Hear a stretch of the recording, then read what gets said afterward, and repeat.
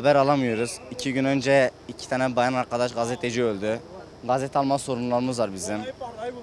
Geldi ondan sonra bizim haberlerimizde biraz sıkıntı var. Haber hiçbir yerden duyamıyoruz. Gazeteciler baskın yiyor. Hep kaç tane gazeteci de yaralanıyor, hep ölüyor. Bunu bilmiyorum ama buna yakın bir gerekli, buna bir şey olması lazım. Yani el atılması lazım. O kadar gazeteci arkadaş kimse bunun farkında değil yani. Kimse sesini etmiyor yani. Herkes buna karşı mağdur kalıyor yani. Görseler daha iyi olur yani. O kadar kaç tane gazeteci arkadaşlar öldü. Hep gazeteci baskın yiyor, şey yiyor. Gazeteciler gerçekleri söylediği için o yüzden saldırı oluşuyor. Ne gerçekleri söylüyor, o yüzden gazeteciler saldırıyor oluyor.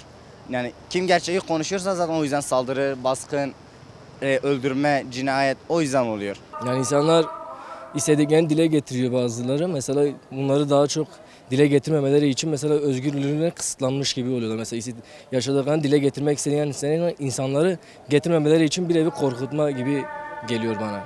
Yani bir evi öyle gerçekleri görmemeleri, sadece bizim gösterdiklerimizi görün gibisinden olan bir şey bence. Özgür basın yani bana şöyle açıklıyor mesela. Mesela insanların sesini dile getirip insanların söylediklerini bizzat insanların göz önünde bulunduran bir basın yani. İnsanların yaşadıklarını, söylemek istediklerini dile getiren bir basın yani. Özgürlük bunu yani benim için anlam ifade ediyor.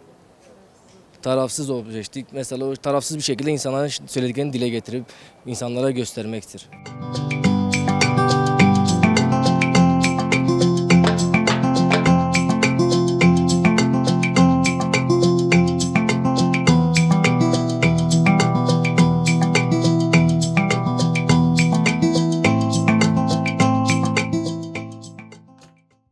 İki kadın arkadaşların katledilmesine ona büyük bir kınıyorum ve gerçekten de bunu fark ettim ki özgür basın hep susturmak istenilmiştir. Gerçeği ve hakikati göstermemek için devlet her şeyi imkanını seriyor. Yani sosyal medyana gir, bütün her şeyi devlet bunu imha ya da göstermemek için yapıyor ve bu da en çok da Özgür Gündem'in yıllarca gördüğümüz şey hep katliamlarla oluşan, hep göz altında olan arkadaşlar var. Çünkü hakikati ve gerçeğini peşinde olan gazeteciler ve basındaki olan kişilerin devlet bunu hep kendi çıkarlarının üzerinde gerçeği yansıtmamak için gözaltılar, cezaevinde herkesi ama en çok da kadınlar üzerinde bir kendini gösterme şeyi var. Çünkü kadınlar basındaki kadınlar ve gazeteciler gerçekten bu mücadelenin en emek veren kadınlarımızdır. Her alanda ve her yerde olacaklarını da biliyorum ve bu mücadeleyi beraber yürütmemiz gerekiyor. Gerçeği gösteriyoruz. Basın bu gerçeği gösteriyor. Gazeteyi bu habere veriyorsa halk da bunun bilincinde olması gerekiyor. Birlik ve beraberlik dediğimiz kavram çünkü Kürdistan'da gerçekten bir sömürge altındadır. Bu sömürgeyi kim gösterecek? Bu sömürgeyi basındaki insanlar göstermesi gerekiyor. Bunları gösterdikten sonra da bunun bir şeyi olması gerekiyor.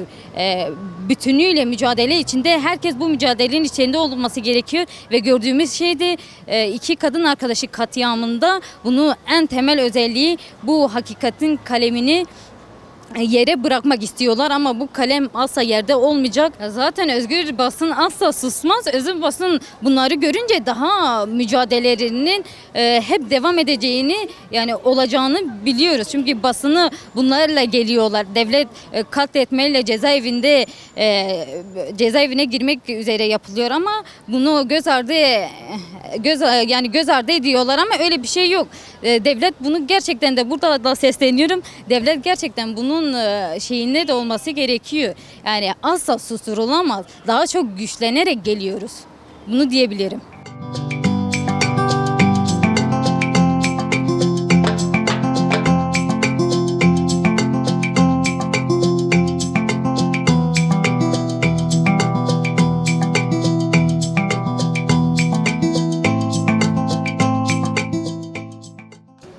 Doğrusu ilk başta söylemek istediğim bu baskılar şu anki dönem içerisinde düşündüğümüzde şu anki süreçte olan şeyler değil. Bunlar toplam Abbe Musa döneminde 90'lı yıllarda 80'lerden başlayan baskılar ve aynı zamanda gazetecilerimiz zamanında faili meçhullerle cezaevine girmelerle tutuklanmalarla baskı altına almaya çalışıldı. İki kadın özgür basın çalışanımızın katledilmesini kınıyorum. Kalemleri hiçbir zaman yerde kalmayacak. Hakikat elbet ortaya çıkacak. Biz hiçbir zaman susmadık, susmayacağız. Bu döneminde de susmadık aslında. Şu anda susmayacağız. Aynı şekilde gerçekleri söylemeye devam edeceğiz. Haykıracağız hatta. Daha çok insanların sesi olacağız. Basını ve yayını bu kadar tek el altında toplamak ve işte herhangi biri, onlar dışında olmayan herhangi birini böyle kendi zihniyetlerine göre tutsak etmek artık çok böyle eski moda ve yani geri kalmış bir akla hizmet ediyor. O yüzden çok doğru bulmuyorum. Ama illa bunlar da değiştiği zaman onlar da yargılanırlar diye düşünüyorum. Ne olursa olsun yani bir insanın canını böyle hiç uğruna yoka saymak, öldürmek yine bambaşka bir durum da hani tutsak edip özgürlüğünü elinden almak ne olursa olsun doğru değil. Yani eğer bu bir suçsa bu yargılansın ama bu şekilde değil. Yani bir canı uğruna hele de bir gazetecinin eve ekmek götürmek isteyen bir insanın ekmeğiyle davasının arasına girmek çok büyük kul hakkıdır. Yani eğer bu ülke dinle yönetiliyorlarsa biraz da hani kendileri Müslümanlaşsınlar diyeyim. Kötü hükümetler güçlü toplumlar oluşturur. Güçlü toplumlar da kötü hükümetler. Şu an kötü bir hükümet devrindeyiz. O yüzden güçlü bir toplum yetişiyor. Belki sizin için geç olmuş olabilir yani 40'lı yaşlar için bu biraz sıkıntılı olmuş olabilir ama 20'li yaşlı bir geleceği bekliyor bu ülke ve onlar gerçekten çok ağır yetiştiler. O yüzden ben bundan bir 10 sene sonra kimsenin gerek basın özgürlüğünü gerek bireysel özgürlüğünü kolay kolay bırakacağını düşünmüyorum.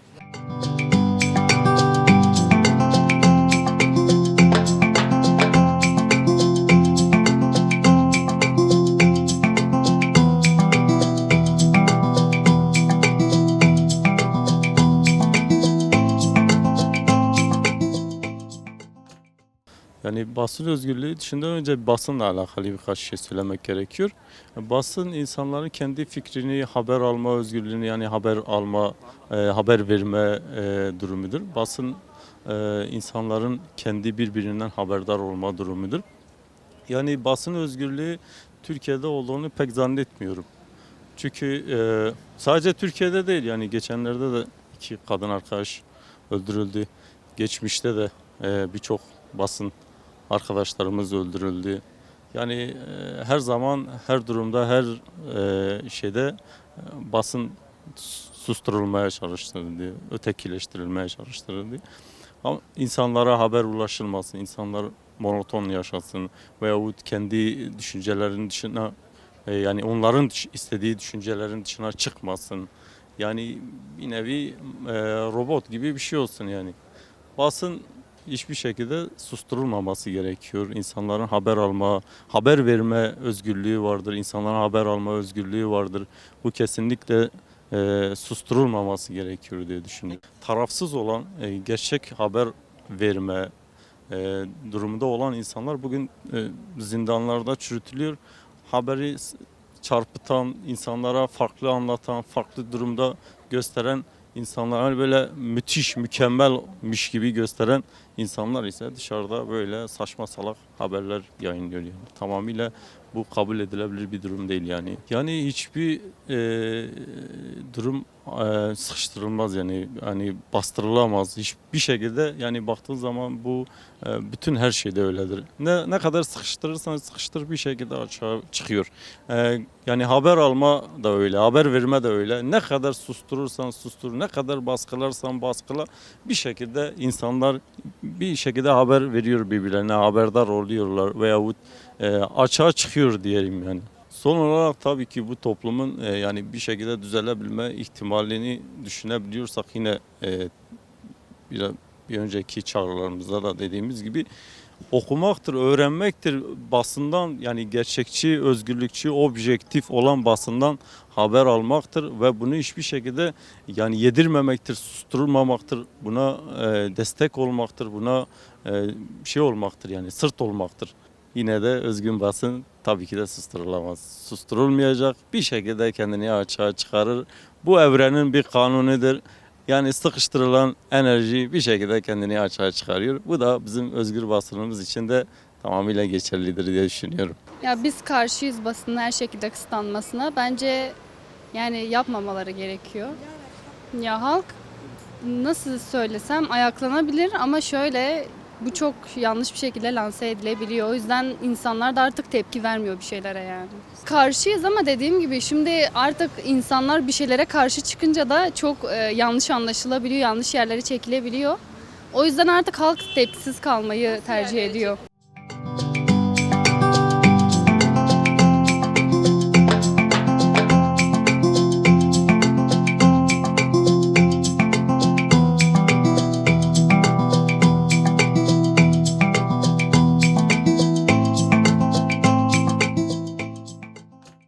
Yani normalde Avrupa Konseyi'nin yaptığı araştırmalara göre de Türkiye'de, daha doğrusu Türkiye'nin yapılan araştırma üzerine konuşuyorum. Yani en çok gazetecilerin hapiste olduğu ülkelerden biri Türkiye. 2023'te de 9. sıradaydık bu konuda. Yani basın hakikatir, normalde susturulmaması lazım ama ülkede işleyen sistem o kadar kötü olduğu için yani sistemin bir parçası olduklarını biz de biliyoruz onların. Bu yüzden bizi susturuyorlar ama özgür basın, yani katledilen iki arkadaşımızın da, Güney'de katledilen iki arkadaştan dolayı da hiçbir zaman susturulmayacak. Biz onların ardıları, devamı gelecek. Hepsinin devamı olacak yani bizim gözümüzde. Özgür basının büyük bir emeği var ve bu emeği devam eden arkadaşlarımız olacaktır yani. Hakikatlerin ortaya çıkmasından korkuyorlar ama bilmiyorlar ki hakikatin elbet yani bir gün açığa çıkacağını hepimiz biliyoruz yani. Yani hakikat hiçbir zaman susturulamaz ve zindanların arkasına hapsedilemez. Hani hakikat elbet bir gün açığa çıkacaktır. Kimler geldi yani bu dönemlerden geçti, AP Musalar geçti. Yani Vedat Aslanlar neler olsun, kimler geldi yani bir sürü emekçimiz vardı bu konuda. Hepsi hakikatin peşinde koştular ve hiçbiri yıldıramadı yani hakikati. Hepsinin peşinden onlarca emekçi ve basın arkadaşlarımız bu yolu devam ettirdiler. Yani atsaydı bu süreç buralara kadar gelmezdi yani. Kimler gidecek, kimler gelecek yani. Bunu emekçilerimizin bu yolda bir sürü yani zindanda olmalarına rağmen, bir sürü katledilişlere rağmen hep devam ettirdiler bir süre boyunca bunları. Hiçbir zaman bunlar susturulamadı ve gerçekler gizlenemedi yani. Gerçekleri hepimiz biliyoruz. Bunca zaman bütün bu gerçekleri ortaya çıkaranların hepsinin hedefi oldu yani. Biliyoruz ki basının gücü şu an iktidarın elinde. Ama buna rağmen hakikatleri aramanın sonuna getirmedik yani. Her zaman hakikatleri arama peşinde koşuyoruz. Yani hedef olabiliriz, katledilebiliriz, zindanların arkasına gidebiliriz ama hakikati her zaman arayacağız yani. Hakikat her zaman var olacak.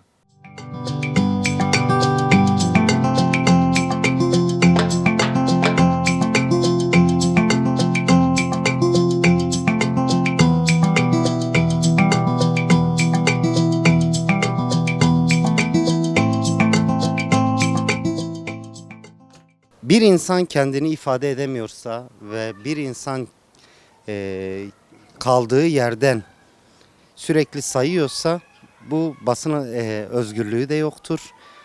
Halkın kendi irade özgürlüğü de yoktur. Buna örnek olarak bugün hangimiz konuşursak konuşalım sonu farklı bir yerlere gidiyor. Yani çekmek istedikleri yere çekiyorlar. Yoksa içindekiler hani der ya bir volkan gibidir. Söylemek istersin, patlamak istersin ama patlayamazsın. Bu yüzden hiçbir şekilde ben kesinlikle ve kesinlikle ne basın özgürlüğü ne de kendini ifade etme özgürlüğünün olmadığı bir ülkede yaşadığımızın farkındayım. Basın özgür bir toplumdur. Basın bizi aydınlatan bir toplumdur. Yani tutup da katledilmektense alıp baş tacı edilmeleri bence yeridir. Yani bu Irak'taki olsun, başka bir ülkede olsun bu Türklük Kürtlük davası artık yeter, son bulsun. Yani biz istiyoruz ki bize insanca davranılsın. Biz insanız sonuçta. Ve bu insanlığı sürdürebilmek için insanca yaşamak istiyoruz. Bu devran bu şekil sürüyor. Bunu kendi başımıza biz kendimiz getirdik. Yani bunu bütün toplum biliyor. Lazı, Çerkezi, Kürdü, Türkü hepsi biliyor. Bunun farkındalar. Lakin içlerinde Kürtlüğü hani ne derler? Kürtlüğü böyle yani bugün bir İsrailli gelsin buraya baş tacı ederler. Açık ve net söyleyeyim. Bir Arabistanlı gelsin yine aynı şekil. Dış ülkelerden milyonlarca Suriyeli var içimizde. Milyonlarca. Ve biz bunun ötesine çıkamıyoruz. Biz gittikçe fakirleştiriliyoruz. Bu ülkede yaşıyoruz. Bize verilen değer maalesef hiç yok. Yani Kürtlüğün ötesi insanlıktır. bu insanlığı karşı taraf yaşıyorsa bizim de yaşamamız gerekiyor. Bu yüzden yani tamamıyla bu halk uyanması lazım. Gerçekler sürekli gün ışığına çıkar. Onun için diyorum özgür basın, özgürlük içerisinde tamamıyla bizi aydınlatacak ve yalancının mumu da yatsıya kadar yanacak.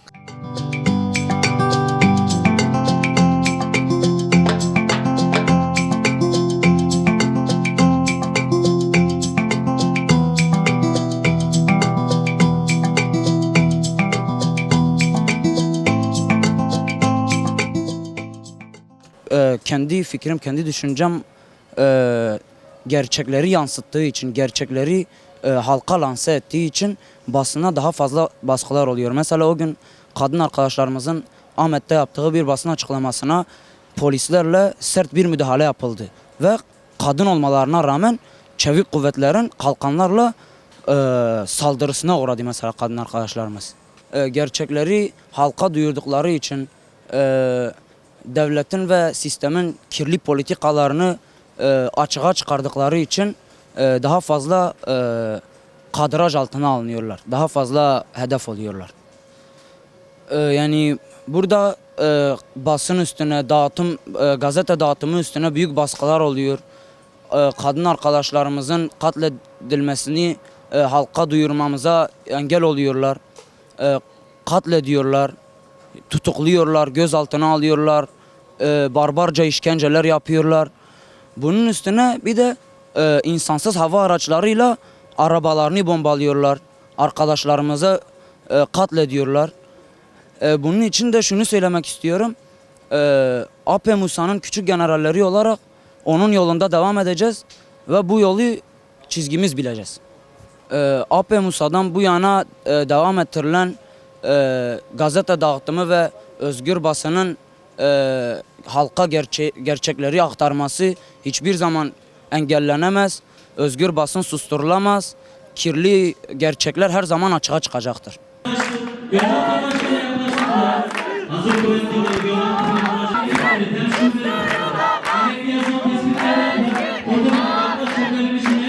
Burada bulunan basın emekçi arkadaşlar, mücadelemiz bitmedi. Her bir arkadaşın arkasında kalemini yükseltecek, onurunu yükseltecek. Hepimiz özgür basın emekçileri olarak bu mücadelenin mirasçılarıyız. Bizler bugün burada bunu sahiplenmemizi, bu kadar grubun içerisinde açıklama yapmamız gerçekten Türkiye'nin koşullarını gösteriyor.